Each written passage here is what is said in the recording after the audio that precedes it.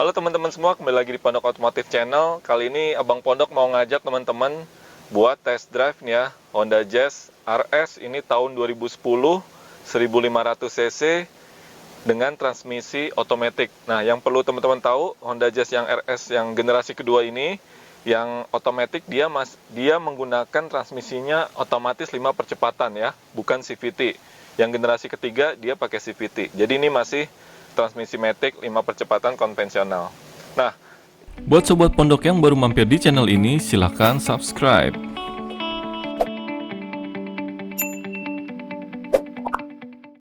sebelum kita jalan, Abang Pondok mau ngasih tahu ke teman-teman bahwa naik Honda Jazz ini tuh rasanya apa ya, visibility-nya sangat-sangat bagus. Jadi dia kacanya lebar, baik yang ke depan, terus ke kiri, kanan kiri, sama belakang itu kelihatannya tuh luas gitu ya. Terus yang enak juga ini di joknya bisa dinaik turunin ya. Ada untuk naik turun jok.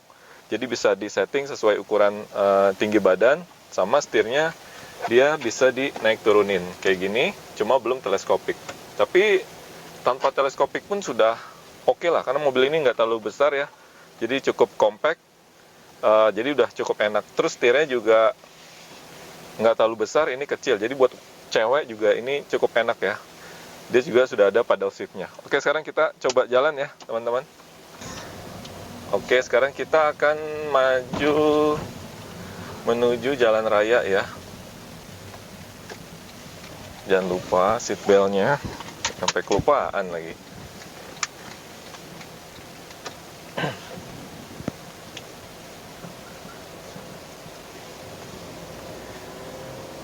Oke teman-teman, pertama dari visibility ya. Walaupun naik mobil yang compact ini kelihatan lega dari kaca depan, terus pilar A-nya juga di sini kelihatan cukup kecil ya karena gepeng, terus di sini ada kaca lagi. Jadi kelihatan blind spot-nya tuh sedikit gitu kalau belok. Terus dari sisi samping juga kaca samping ini cukup lebar ya, belakang juga, jadi overall visibility-nya cukup bagus banget nih, enak banget naik Jazz. Posisi mengemudi juga enak, tadi udah dijelasin ya. Ini cukup pas, berasa kita tuh megang banget gitu di mobil ini, kayak apa ya istilahnya, bisa megang kendali full lah di mobil ini. Lalu kekedapan kabin ya, salah satu kekurangannya memang rata-rata Honda di kekedapan kabin ya. Memang ini nggak cukup bisa meredam dengan bagus ya, karena memang kacanya gede-gede gitu ya. Tapi masih lumayan lah dibandingkan dengan Mobilio, ini masih cukup lebih baik dibandingkan dengan Mobilio untuk kekedapan kabin. Nah, kita jalan di jalan raya tapi yang nggak terlalu besar ya teman-teman ya. Rasanya pakai mobil ini handlingnya juga cukup enak ya. Kita belok-belok dikit. Nah, handlingnya Honda itu memang terkenal ya untuk handling tuh nggak diragukan lagi ya. Abang Pondok sih seneng dengan mobil-mobil Honda tuh, handlingnya mantap, manuvernya juga enak gitu ya. Apalagi mobil ini kan nggak terlalu besar ya, hatchback yang nggak terlalu besar, nggak seperti Mobilio yang biasa dipakai sama Abang Pondok. Ini juga rasanya cukup enak. Coba kita belok ya. Nah, untuk belok juga cukup ringan, setirnya cukup gampang. Nanti kita coba putar balik kalau ada putaran ya teman-teman ya. Kayaknya nanti di depan ada bundaran, itu kita coba belok gimana rasanya kalau putar balik pakai mobil ini gitu. Nah, mobil ini tahun 2010 dan kilometernya sudah 140.000 ya teman-teman, 140.000. Tapi yang Abang Pondok rasain, karena mobil ini dipakai istri sebenarnya dari baru ya teman-teman. Dari baru sampai kilometer 140.000 ini, untuk kaki-kaki nggak pernah ada masalah yang signifikan ya. Pernah ganti shock breaker aja, tapi selebihnya itu baik-baik aja. Padahal mobil ini sering dipakai akap ya istilahnya teman-teman ya, antar kota, antar provinsi, tapi nggak nemuin kendala yang berarti tuh di kaki-kaki. Kalau Bang Pondok bilang sih ini cukup kuat ya Honda Jazz ini, durability-nya juga dari kaki-kakinya gitu. Terus dari suspensinya juga dia terbilang cukup empuk, tapi memang ya bukan yang empuk-empuk banget lah, cukup empuk sudah pas, dan itu juga memberikan stability yang bagus. Nanti kita coba jalan di jalan raya yang agak lebar ya, karena di Jogja ini nggak ada tol ya. Kebetulan Abang Pondok lagi di Jogja, nggak ada jalan tol, tapi kita coba lewat ring road nanti gimana rasanya naik Honda Jazz ini di jalan raya yang dengan kecepatan yang agak cepat nanti ya, dengan kecepatan yang agak mungkin di 80 sampai 100 kalau bisa gitu. Untuk transmisi ini 5 percepatan konvensional, ini bukan CVT teman-teman, jadi kalau digas perpindahan giginya tuh masih berasa hentakannya. Kalau kita gas gini ya, tuh hentakannya masih terasa, nggak sehalus CVT. Cuma bagusnya dia responnya tuh cepat ya, kita langsung dapetin tenaga dengan cepat. Berbeda dengan CVT yang terkesan agak sedikit lemot, karena ini masih transmisi 5 percepatan konvensional. Ini kalau untuk akselerasi bisa lebih responsif. Nah, itulah salah satu keenakan dari Honda Jazz RS ini gitu. Sekarang kita coba muter yang agak ini ya, agak tajam ya di sini ya. Ya, bisa dibilang putar balik ya, teman-teman. Nah,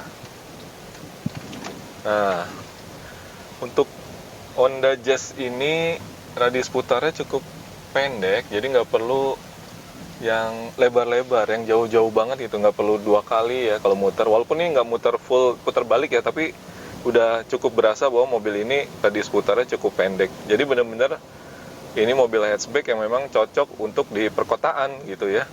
Bisa dibilang ini untuk city car yang memang cocok untuk di perkotaan. Tapi walaupun ini hatchback, Honda Jazz ini tuh bisa dibilang cukup lega ya. Kalau dibandingin sama Yaris tuh jauh.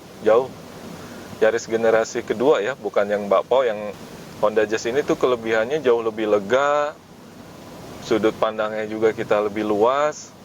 Nah, Honda Jazz ini mesinnya memiliki maksimum ya power di 120 PS dan torsinya di 145 Nm.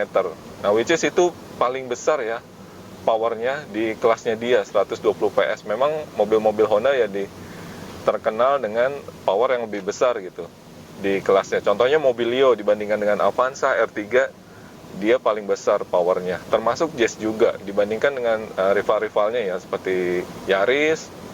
Ada satu fitur yang penting ya, tapi dilupain sebenarnya, dia nggak ada automatic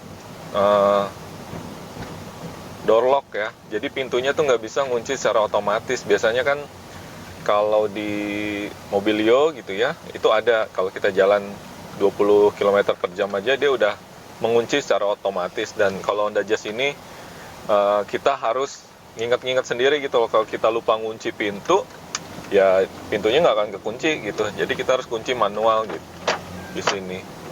Itu sebenarnya penting sih, cuma sayang banget fitur itu nggak ada gitu ya di mobil ini. Padahal ini yang RS ya teman-teman, udah tipe yang paling tinggi. Sekarang kita coba putar balik di mobil ini. Nanti kita coba langsung gas.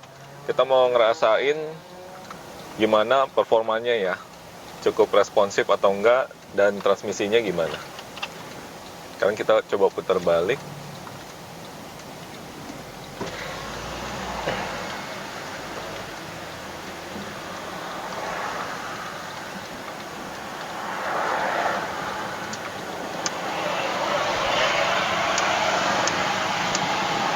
Oke. Tenun, sami-sami. Nah, sekarang kita langsung gas ya teman-teman ya. Ini pakai DD ya, belum pakai paddle shift. Kita rasain transmisinya.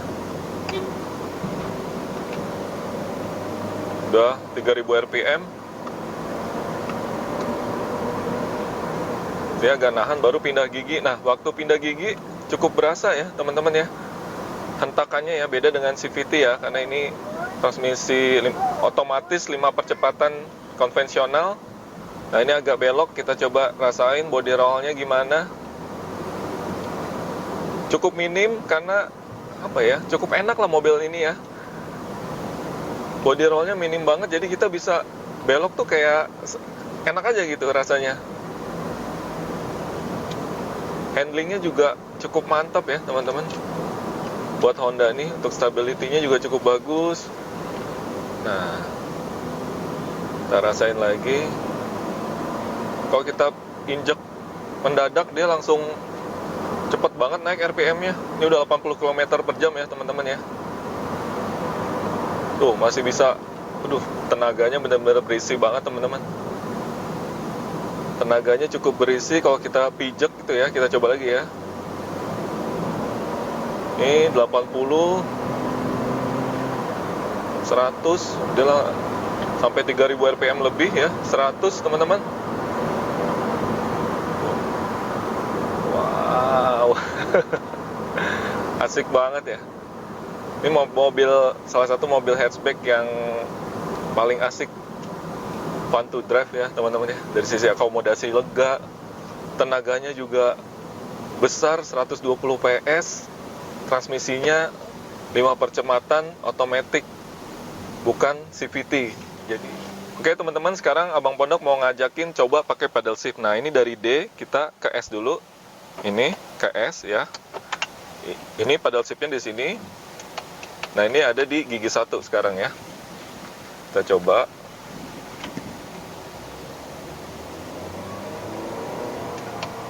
Nah, untuk pindahin langsung tekan yang kanan ini aja nih teman-teman. Udah 3000 rpm. Mesin terasa agak berat, langsung kita pindahin. Gigi 3 80, gigi 4 udah hampir 100, sampai gigi 5 ya teman-teman. Wow. Kita turunin lagi giginya, gigi 4. Kalau butuh tenaga lagi karena ini tanjakan, kita masukin gigi 3. Tuh, asik banget ya teman-teman ya. Jadi pakai paddle shift ini rasanya menyenangkan gitu, jadi kayak pakai mobil manual. Kapan aja butuh tenaga, teman-teman tinggal pindah aja nih naik turunnya. Tadi hampir 100 ya, cuma karena jalannya agak padat, jadi ini nggak sampai. Nah, ini udah agak pelan. Sekarang kita pindahin lagi nih gigi 4, kita pindahin gigi 3. Kayak gitu teman-teman. Jadi paddle shift ini bener-bener apa ya, Honda tuh bikin mobil ini jadi fun to drive, bener-bener fun to drive. Padahal ini tahun 2010 ya, mobil keluaran tahun 2010 sudah pakai paddle shift tipe RS. Ya, cukup diacungi jempol lah untuk Honda Jazz ini.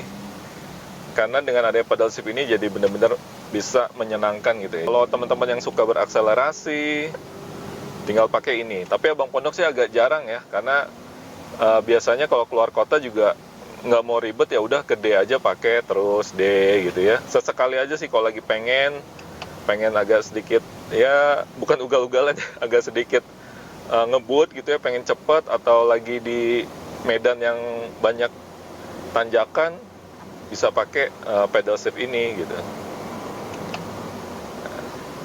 Nah, satu lagi nih teman-teman, terakhir sebelum Abang Pondok tutup videonya, yang asik juga di dashboardnya Honda Jazz ini. Ini ada buat tempat minuman nih di sini teman-teman. Jadi bisa naruh minuman di sini. Nah, karena dia dekat lubang AC, jadinya minumannya bisa dingin gitu. Walaupun nggak dingin-dingin banget, tapi paling nggak seger lah gitu teman-teman ya. Oke, paling segitu dulu untuk test drive Honda Jazz RS tahun 2010. Terima kasih banyak buat teman-teman yang udah nonton. Jangan lupa subscribe dan dukung terus Pondok Otomotif Channel.